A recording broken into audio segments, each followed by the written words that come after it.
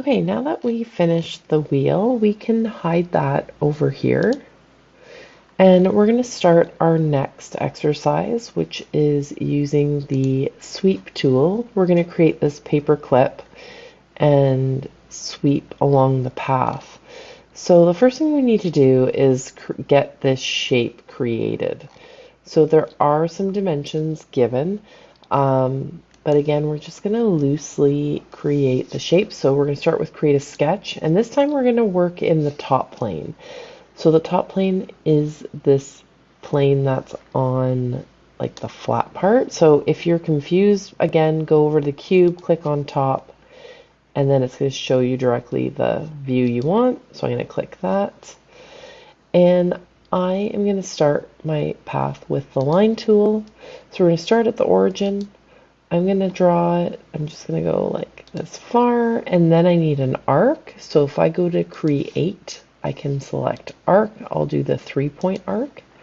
So I'm basically going to pick the end and about there, we'll say, and then how far out I want it to go. I'm just going to go there. And now I'm going to go back to the line tool, and we're going to go the other way. And then again, we need another arc. So 3-point arc. So we're going to go here, here,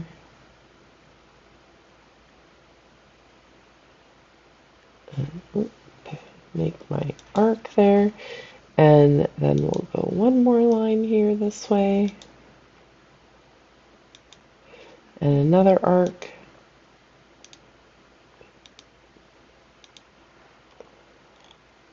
So I'm going to go from this point to about this point. And then our final line is just going to end back in line with the origin. Okay, so now we want to make sure that everything is correct. So we're going to use the dimension tool. So I'm going to dimension this line first, and that needs to be 75. So if I look at my document, we got our 75. Now the radius of this first arc should be 20. So I'm going to put a dimension on that and make it 20. We know that the radius of this arc should be 15. And we know that the points from this center point to this center point should be 125.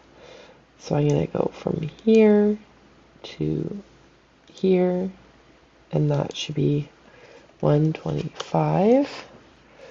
Okay, so we're getting things there. Now this line should also be 125.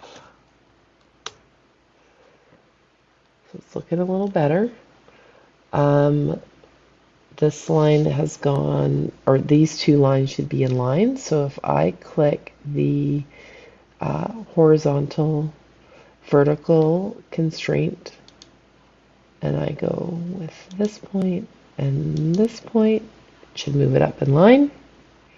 Okay, and we're also missing that point should be, yeah, that one. Oh, these two need to be 25 apart. So that's important. We're going to go back to dimension. And we're going to go from here to here.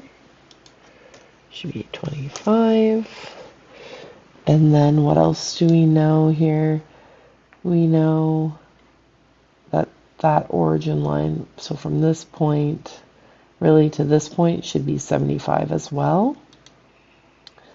So we're going to go from here to here. So that should be 75. So we're just getting everything in line.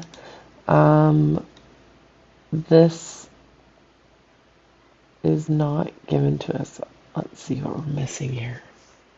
This all should line up. So we're going to go back to our horizontal vertical, and I'm going to go from here to here. There we go. And now it gets it. See how it just moves it right up into the right spot? So now we have our path. We can finish the sketch. It should look like that. So if I go back into my isometric view, this is what it looks like.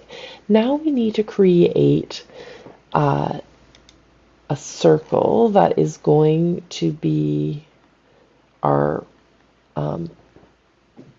sketch, which is going to follow the path of our profile. So we're going to do this sketch on the right plane. So once I select this, I'm going to go create a sketch, and we want to pick the right plane. So that would be this one here.